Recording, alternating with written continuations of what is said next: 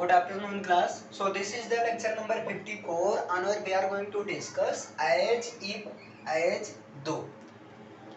This is most important क्योंकि पता है इसमें गलती होती है, ऐसे देखते देखते गलती हो जाती है। जैसे अभी आप लोग भी गलती करने वाले हो।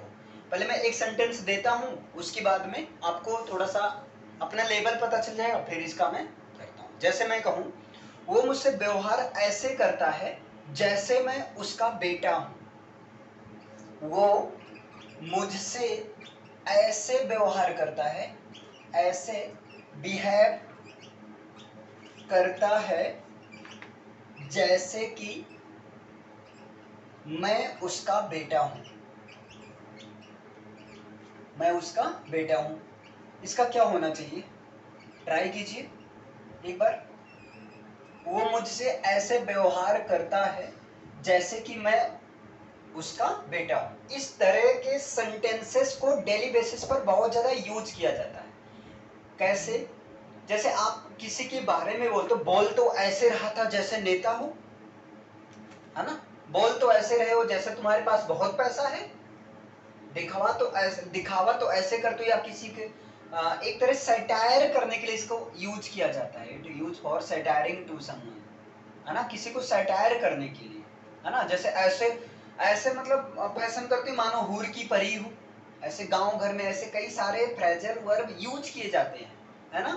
तो उसमें आपको क्या करना है, सबसे पहले ऐसा कोई भी सेंटेंस रहे। देखो मैं क्यों कहता हूं कि इंग्लिश इजी नहीं है, लेकिन इंग्लिश स्पीकिंग इजी है। ये इजी है, बिलीव मी। इसलिए इजी है क्योंकि इसका main motive of this course simply to speak, केवल बोलना है। Because this course means English speaking course avoid totally grammar. ये ग्रामर को टोटली अवॉइड कर देता है। It's purpose only to speak and to communicate to other person. बोलना या किसी दूसरे पर्सन के साथ में कम्युनिकेट करना, यही है। अब कैसे है? जैसे, और इसका सीधा सीधा एक रूल है। अगर इसमें मैं बात करूं तो सबसे मेन तो होता है टेंस होता है, और टेंस के साथ में कुछ कॉन्सेप्ट है, यहीं पर आपका कंप्लीट है। क्योंकि जैसे आपके दिमाग में कोई भी सेंटेंस, आप लोग अपने दिमाग में कोई सेंटेंस सोचो या थिंक, सोचिए अपने दिमाग में कोई सेंटेंस सोचो, कैसा भी सोच लिए। अपने दिमाग में कोई सेंटेंस सोचो, think any sentence in your mind. सोच लिए सब लोग? जब आप सोचे होंगे तो बताइए लास्ट में क्या मिला होगा? या तो टेंस का फॉर्मेट मिला होगा, या तो कुछ कॉन्सेप्ट। कुछ कॉन्सेप्ट का मतलब जैसे सका, सकी, सके, पाया, पाई, पाई के लिए आपको यूज करना है कुड का, इस तरह का। या तो आपको टेंस वाला आइडेंटिफाई मिला होगा, टेंस की आइडेंटिफिकेशन हुई होगी, या तो कुछ ऐसा सेंटेंस आया होगा जो कि कॉन्सेप्ट को फॉलो करता है। जैसे पाया, पाई, पाए, लगा, लगी, लगे, है ना? करता था, करती थी, करते थे। इस तरह का सेंटेंस फॉर्मेट, या हो, है ना, या होता है, इसी तरह का तो दिमाग में आया होगा ना। तो दो ही चीज तो है। अब जैसे आपका टेंस क्लियर है, तो सबसे पहले आप कोई भी सेंटेंस जिसकी इंग्लिश बनानी हो या जिसको आपको बोलना है, सिंपल सा, सबसे पहले देख लो वो कैसा है। क्या टेंस पर बेस्ड है, या जो है कॉन्सेप्चुअल पर बेस्ड है? कॉन्सेप्चुअल मतलब समझ रहे हो कॉन्सेप्ट? जैसे पाया, पाई, पाए, और सका, सकी, सके। पाया, पाई, पाए, सका, सकी, सके। इसके लिए आपको सिंपली यूज करना है कुड का यूज। अगर नहीं है तो आपको यूज कर देना है कुडंट। इसे कहते हैं कॉन्सेप्ट। जैसे देखो, अब प्रैक्टिस करो। मैं नहीं आ सका, आई कुडंट कम। मेरे पापा मुझे टाइम से पैसा नहीं दे पाए, माई फादर डिडंट नहीं होगा, क्योंकि दे पाए, पाया, पाई, पाए, सका, सकी, सके। तो my father couldn't give me money on time. आप स्कूल समय पर नहीं पहुंच सके। You couldn't come to school on time. अगर आगे पीछे हो जाता है देयर इज नो मिस्टेक, कोई ब्लंडर मिस्टेक आप नहीं कर रही कि मेरे पापा समय से पैसा नहीं दे पाए, my father doesn't give money on time. अगर आप ये भी बोल दे रहे हो ना तो आपके गेस्चर पोस्चर एक्सप्रेशन से अगले को समझ में आ जाएगा कि ये बंदा ये, जैसे आप लोग जो इंग्लिश स्पीकिंग कोर्स का जो ग्रुप बना है जब उसमें आप लोग कम्युनिकेट करते हो तो कैसे भी आप लिखते हो अगला समझ जाता है कि नहीं। तो सेम यही आपको अप्लाई करना है। कुछ भी बोलो, थोड़ा सा अगर गलत भी होता है कॉन्फिडेंस के साथ बोलो, है ना। हो सकता है कुछ ऐसी चीजें आप बोल रहे हो मैं भी रॉन्ग गलत हूं, लेकिन आपके गेस्चर पोस्चर एक्सप्रेशन से अगले को समझ में आ गया कि अच्छा ये कहना चाह रहा है। जैसे मैं सिंपली कह दूं गो, गो देखो बोलने में तो ये भी फायदा है भाई, लिखने में आप एक्सप्रेशन को नहीं दिखा सकते हैं, लिखने में आप गेस्चर पोस्चर का यूज नहीं कर सकते कि कर सकते हैं आप। अगर हम कहें ऐसे do you go to school तो आप लिखने में यस बोलोगे। अगर आप हिंदी में कुछ नहीं पता है नॉड कर दिए, हाँ में सर हिला दिए, तब भी अगला तो समझ जाएगा। अगर आप ऐसे कर दिए समझ में तो आ ही गया ना, लेकिन क्या लिखने में आप सिर बनाकर ऐसे ऐसे कर दोगे? ऐसा तो पॉसिबल ही नहीं है। क्लियर है? तो एक तो बेनिफिट ये है। तो मेरा मतलब ये है कि कोई भी सेंटेंस रहेगा, कैसा भी सेंटेंस रहेगा, आप किसी भी सेंटेंस को अगर आप बोलना चाह रहे हो, क्योंकि रीजन क्या है पता है, जब आप ट्राई करते हो तो आप डायरेक्ट इंग्लिश में नहीं सोच पाओगे अभी शुरुआती में, इन स्टार्टिंग टाइम, है ना। आप पहले हिंदी में सोचोगे फिर उसको ट्रांसलेट करोगे। इवन जो लोग बहुत अच्छी इंग्लिश बोलते भी हैं, जिनका बैकग्राउंड हिंदी मीडियम रहता है, वो भी पहले हिंदी में सोचते हैं, उसको इंस्टेंट ट्रांसलेट कर लेते हैं इंग्लिश में, और बिना ये सोचे ये गलत होगा सही होगा, थोड़ा बहुत गलत हो जाएगा चल जाएगा, वो बोल देते हैं। क्लियर है? तो यही चीज आपका सिंपल सा, जैसे ये इसके लिए कुडंट का यूज करना है, कुड का यूज करना है, इतना क्लियर हो गया ना। इसी तरह मैं कहूं लगा लगी लगे के लिए आपको किसका यूज करना है? बिगिन टू का यूज करना। जैसे मैं कहूं वह जाने लगा, और भाई देखो बिगिन टू का यूज किसके लिए करना है बताइए? लगा लगी लगे के लिए, सिंपल सा है, लगा लगी लगे के लिए करना है। और मैंने आपको बहुत इजी फॉर्मेट बता दिया। जैसे मैंने कहा एक सेंटेंस में लिखता हूं वह जाने लगा। अब देखो आपको दिमाग भी नहीं लगाना, मैंने क्या बताया था, जनरली जब आप सेंटेंस को बोलोगे ना, ज्यादा सेंटेंस या तो अफर्मेटिव का बोलोगे या तो नेगेटिव का, स्टेटमेंट के सेंस में। लेकिन जब आप बात करोगे तो पूरा का पूरा सेंटेंस आप किसमें? इंटेरोगेटिव में पूछोगे, लेकिन जब उसका आंसर बताना होगा या तो अफर्मेटिव में या तो नेगेटिव में। मतलब मेन रूप से तुम्हें तीन ही सेंटेंस पर कमांड बनाना है, अफर्मेटिव, नेगेटिव एंड इंटेरोगेटिव। अभी कल इंटेरोगेटिव संडे स्पेशल में मैंने पूरा करवाया था। अब यहाँ पर जब अफर्मेटिव आपको बोलना सिंपल सा, वह जाने लगा, सबसे पहले जिसके बारे में बात हो उसको लिख दो, फिर पीछे से आ जाओ ना। अब इसके लिए जब आप पीछे से आओगे तो आपको जरूरत लगेगी कॉन्सेप्ट की, या तो टेंस की या तो कॉन्सेप्ट की। टेंस तो लगभग सब बच्चों का क्लियर रहता है, लेकिन यूज करना सीखो। तो लगा लगी लगे के लिए किसका यूज किया जाएगा?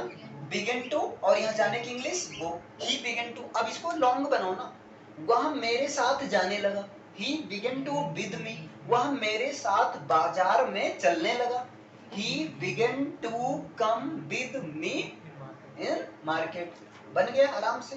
तो थोड़ा सी चीज। और रही बात, देखो प्रॉब्लम ये है, अब आप लोग के दिमाग में क्वेश्चन आना चाहिए, आपको क्वेश्चन करना भी चाहिए, सर ऐसे कितने कॉन्सेप्ट हैं कि जहां पर ऐसे मतलब सीधा, जैसे आपने बता दिया पाया पाई पाए, सका सके सके के लिए आपको सिंपल सा किसका यूज करना है? गुड का यूज करना है ना। लगा लगी लगे के लिए आपको सिंपल सा किसका यूज करना है? बिगिन टू का यूज करना। ऐसे कितने कॉन्सेप्ट हैं, तो डोंट वरी। आज मैंने इसके पहले क्या करवाया था? Postmortem of parts of speech. Parts of speech का पोस्टमार्टम 45 मिनट की वीडियो हो और 125 पेज का आपका प्रैक्टिस, है ना। सेम अब इसके बाद जब पोस्टमार्टम क्लास आएगी तो कॉन्सेप्ट की आएगी, तो पूरा का पूरा कॉन्सेप्ट तुम्हारे हाथ में। इसके बाद जो कॉन्सेप्ट पोस्टमार्टम क्लास आएगी वो किसका, कॉन्सेप्ट की आएगी। ये पोस्टमार्टम ऐसे इसको हलवा में मत लो, बड़ा खोज खोज कर लिखना पड़ता है, कहाँ चीजों को पूरा कलेक्ट करनी पड़ती है चीजों, है ना। जितनी भी अभी टेंस का पोस्टमार्टम हुआ था तो आप देखे होंगे उसका पूरा चलता है, इसमें टाइम लगेगा, इसको आने में टाइम लगेगा। क्यों, क्योंकि ये पर्सनली मैं खुद नोट्स इसका बनाऊंगा, जितने भी कॉन्सेप्ट होंगे इजी से इजी, जैसे सिंपल सा चाहिए, नॉर्मली चाहिए के लिए आपको शुड का यूज करना है, लेकिन चाहिए था के लिए आपको शुड हैव का यूज करना है। उसे जाना चाहिए, ही शुड गो, उसे जाना चाहिए था, ही शुड हैव गॉन। लेकिन जरूर चाहिए की बात हो जाए, मस्ट का यूज, उसे जरूर जाना चाहिए, he must go, he must go, उसे जरूर जाना चाहिए था, ही मस्ट हैव गॉन। तो डोंट वरी, इसके लिए परेशान ना हो, एक एक कॉन्सेप्ट मतलब कोने से एकदम, जैसे होता है ना पोस्टमार्टम, मैंने नाम क्यों दिया पोस्टमार्टम क्लास।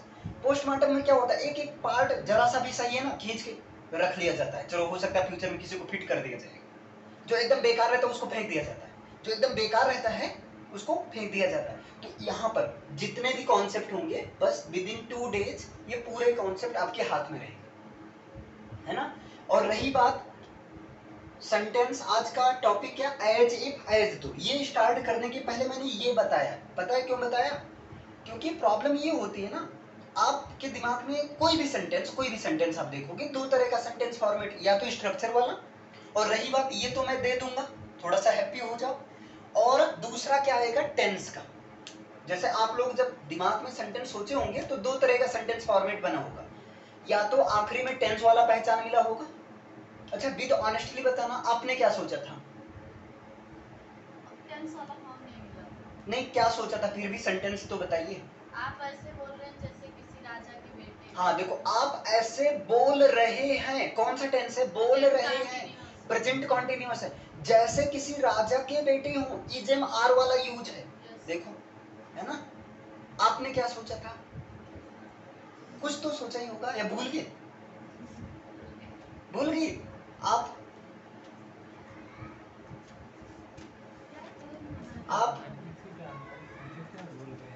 अच्छा सोचे थे भूल गए, अरे वाह, चलो ठीक है कोई ना। तो जो भी आप सोचोगे ना, मेरा मतलब है या तो इसी में देख लो, है ना। तो कॉन्सेप्ट वाली क्लास मैं दे दूंगा आपको, इसके लिए परेशान ना हो, लेकिन पोस्टमार्टम क्लास भैया क्लास करने में प्रॉब्लम नहीं है, पोस्टमार्टम क्लास वाली प्रैक्टिस इंपॉर्टेंट है। क्लास तो मैक्सिमम 1-2 घंटे में कवर हो जाएगी, लेकिन उसका प्रैक्टिस 120, 90, 91, 92 पेज का है, मेन तो प्रैक्टिस है ना। तो जो आप लोग कहते हो ना, एक प्रॉब्लम है तुम लोग का, कमी है, मैं फोन से नहीं पढ़ूंगा, भाई कौन कह रहा है फोन से पढ़ो। मैंने 3 पोस्टमार्टम क्लास दे दिया है, पहले पोस्टमार्टम क्लास का 81 पीडीएफ 81 पेज है, दूसरे में 93 है, और तीसरे 125 है। अब इसी से करो ना प्रैक्टिस, पोस्टमार्टम क्लास में मेन पर्पज प्रैक्टिस के लिए कर रहा हूँ, तो आप उससे कवर करो, लेकिन उसके लिए पीडीएफ निकलवा लो, तुम्हारे पास नोट्स रहेगा तभी नोट्स से पढ़ोगे, जब नोट्स ही नहीं रहेगा, हाँ आप नोट्स बनाओ, लेकिन प्रैक्टिस वाला भाई कितना लिखोगे, 125 आप लिखोगे, 2 पेज लिखोगे, उसकी बात कहोगे मैं लिखूंगा नहीं, और 125 ही तो लिखना है नहीं, क्योंकि प्रैक्टिस में अभी जैसे लगा लगी पर मैं कितना, वह जाने लगा, ही बिगन टू गो, वो खाने लगा, ही बिगन टू ईट, मैं वहां पहुंचकर रोने लगा, I began to cry after reaching there, तुम वहां क्या करने लगे, what did you began to there, मैं वहां काम करने लगा, I began to work there, वह सोने लगी, सी बिगन टू स्लीप। अब ऐसे हजारों सेंटेंस बन सकते हैं ना, हजारों सेंटेंस क्या लिखना पॉसिबल है, नहीं पॉसिबल, या जो हर चीज में जो समझाता हूं क्या हर चीज लिखवाना, हर चीज को नोट्स में देना पॉसिबल है, नहीं है ना, इसलिए प्रैक्टिस रखा जाता है। तो थोड़ा सी ये चीज, अभी जैसे इसी में देखो, यहां पर आपका कॉन्सेप्ट भी है, टेंस भी है, कॉन्सेप्ट आप भैया 54 लेक्चर नंबर पहुंच गए हो, तो 54, अब शुरुआत में क्या था, या तो कॉन्सेप्ट ही रहता था, या तो जनरली टेंस ही रहता था नॉर्मल सा, लेकिन यहाँ दोनों चीज है, एज इफ, ये कॉन्सेप्ट है, एज इफ या एज दो, इनका यूज करना है जहां पर सेंस आए मानो कि या जैसे कि असलियत में ना हो, that is not in real, वो चीज रियलिटी में तो ना हो, आप मान लिए, जैसे वह मुझसे ऐसे व्यवहार करता है जैसे कि मैं उसका बेटा हूं, क्या मैं उसका बेटा हूं? नहीं हूं ना। तो यहाँ पर जहां पर ऐसे इमेजिनेशन करना, मानो कि, जैसे कि, आप दिमाग में सेट कर लो, मानो कि या जैसे कि के लिए किसका यूज करेंगे, एज इफ या एज दो, दोनों में से किसी का भी यूज करो, because you are the citizen of the freedom country, स्वतंत्र देश के नागरिक हो तो यूज करो भाई, कौन रोका है? क्लियर है? आप चाहे एज इफ का यूज करो चाहे एज दो का यूज करो। रही बात वह मुझसे ऐसे व्यवहार करता है, अब बताओ कि कौन सा टेंस है? प्रेजेंट इंडेफिनिट है, सिंपल सा, ही है, सिमिलर है तो एस लगेगा, ही बिहेव्स, वो ऐसे बिहेव करता है, ही बिहेव्स एज इफ, अब एज इफ का सेंस ये निकल रहा है, वो ऐसे बिहेव करता है जैसे कि मैं उसका बेटा हूं। इसकी इंग्लिश देता हूं, कौन सही करता है बताइए, आप बताइए पहले, इसकी इंग्लिश क्या होगी, मैं उसका बेटा हूं?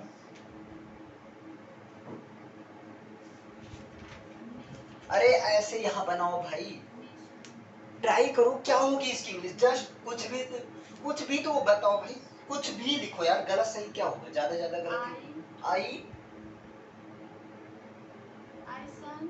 आई सन ऑफ हिज मी। नहीं मी नहीं यूज होगा। एक बार देखो यहाँ पर, आप इसको देख, मैं थोड़ा सा सेंटेंस को एम्फसाइज कर देता हूँ, देखता हूँ किसका सही, तुम लोग ब्लैंक हो गए। यही सिचुएशन पता है कब होता है, जब आप कभी ट्राई करते हो बोलने का तो दिमाग में आता है अब एक गलत हो गया तो पूरा रायता फैल जाएगा, बेइज्जती हो जाएगा, है ना भाई, मैं उसका बेटा हूँ, सिंपल सा, इज एम आर पर है ना, सिंपल सा है ना, यह मेरी पेन है तो दिस माई पेन इज, ऐसा बोलोगे, अब सीधा बोलोगे ना दिस इज माई पेन, यही तो बोलोगे, सेम भाई यही तो है, मैं उसका बेटा हूँ, अरे दिस इज माई सन, शक्तिमान, मैं उसका बेटा हूँ, बात किसके बारे में हुई है, तो मैं की इंग्लिश लिखोगे कि नहीं? क्या यहाँ कोई टेंस की पहचान है? इजे मारे सिंपली बचपन से क्लास 3 से, हूँ के लिए एम लगाओ, आई एम हिज सन, है ना। अब ये देखो सिंपल एकदम इजी है, अब बताओ आप किसको नहीं पता था ये चीज, ईमानदारी से बताना, सबको पता था ना, लेकिन दिमाग की बत्ती गोल हो गई, क्यों हुई? क्योंकि आप अपने आप को पहले से अंडर एस्टिमेट करके बैठे, अंडर एस्टिमेट मत करो, कुछ तो बनेगा, जैसे इन्होंने कुछ ट्राई किया बाकी सब हथियार रख दी, महाराज हम यहाँ शारीरिक रूप से फिजिकली हैं, मेंटली नहीं, दोनों तरह से, लेकिन कॉन्ग्रेचुलेशंस, आपका ये गलत है।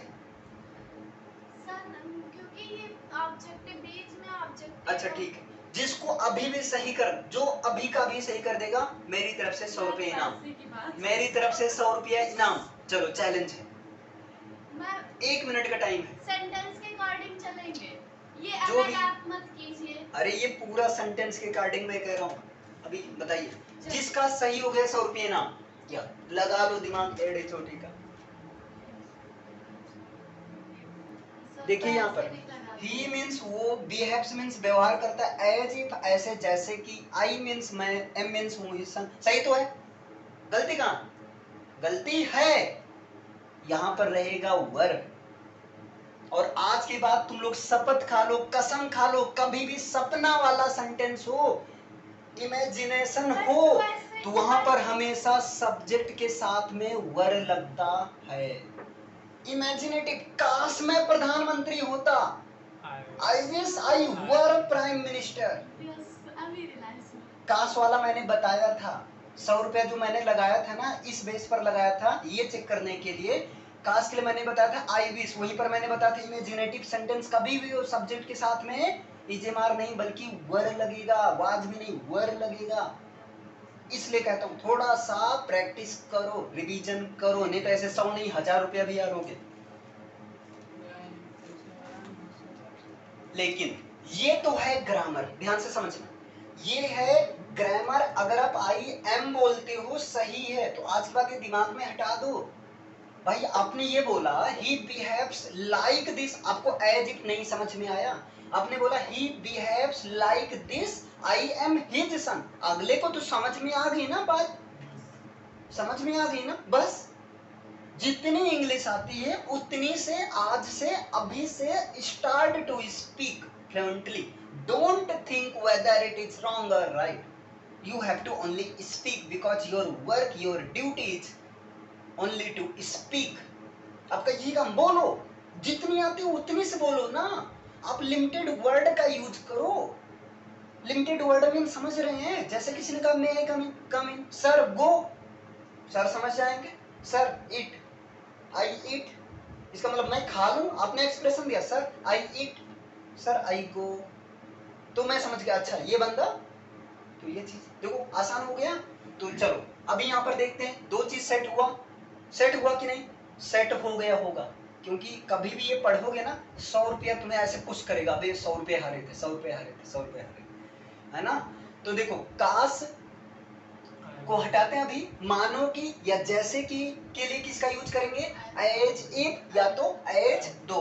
और इसके बाद में पहला वाला जो फॉर्मेट रहेगा जिस टेंस में रहेगा उसी टेंस में करेंगे, लेकिन जो दूसरा वाला फॉर्मेट रहेगा चूंकि वो ऐसे भी है, ये सच में ऐसे व्यवहार करता है, ये नहीं सपना है कि है, लेकिन ये है, क्या आप सच में उसकी बेटी हो, नहीं आप ऐसे मतलब बता रहे हो। तो ये इमेजिनेटिव सेंटेंस हुआ। तो इमेजिनेटिव सेंटेंस में सब्जेक्ट के साथ वर लगता है, अगर है हो का सेंस देता है तो। क्लियर है। चलो अब आप लोग बताओगे, अब दिमाग खुल गया, सपोर्ट करोगे। बस वो बोलता तो ऐसे है जैसे एक नेता हो,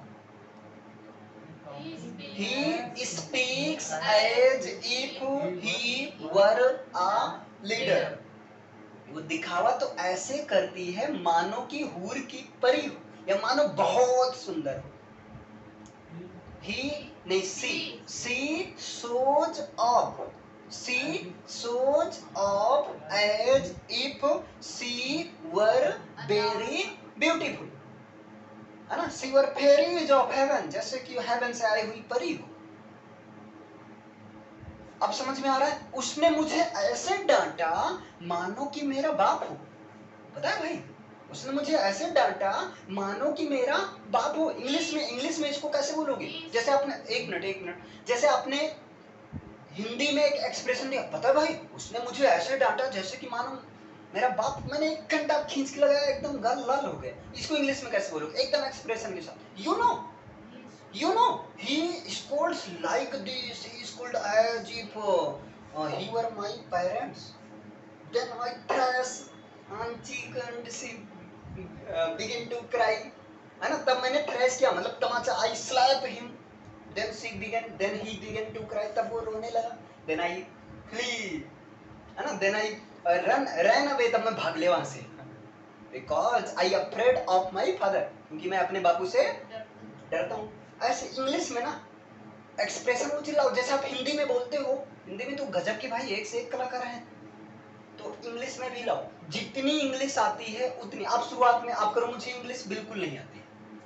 ठीक है मैं मानता हूँ, आप ये बोलो ना राइट कर दो, सर टीच करा दीजिए, 4 आदमी के बीच में ऐसे बोल दोगे ना, सर वो राइट करा दीजिए, 4 लोग देखेंगे भाई कौन आ गया, है ना, ऐसा कुछ भी बोलो ऐसे, पापा मैं खाना कुक कर दूं, नहीं समझ में आएगा तो पूछेंगे कुक का मतलब क्या, वो कह दो खाना है, या अगर आपको और मैं इजी बता दे रहा हूं, आप दोनों यूज कर दो, खाना कुक कर दो, पका दो यार, मतलब चलो कम मेरे साथ चलेगा यार, आप ये बोल रहे हो, कुछ समय आएगा कम बीत में ही बोल दोगे आप, लेकिन शुरुआत में जो आता है सो बोलो। कभी ऐसे रहो, ये मिरर है, मिरर क्यों, ये शो पीस के लिए रखा गया क्या?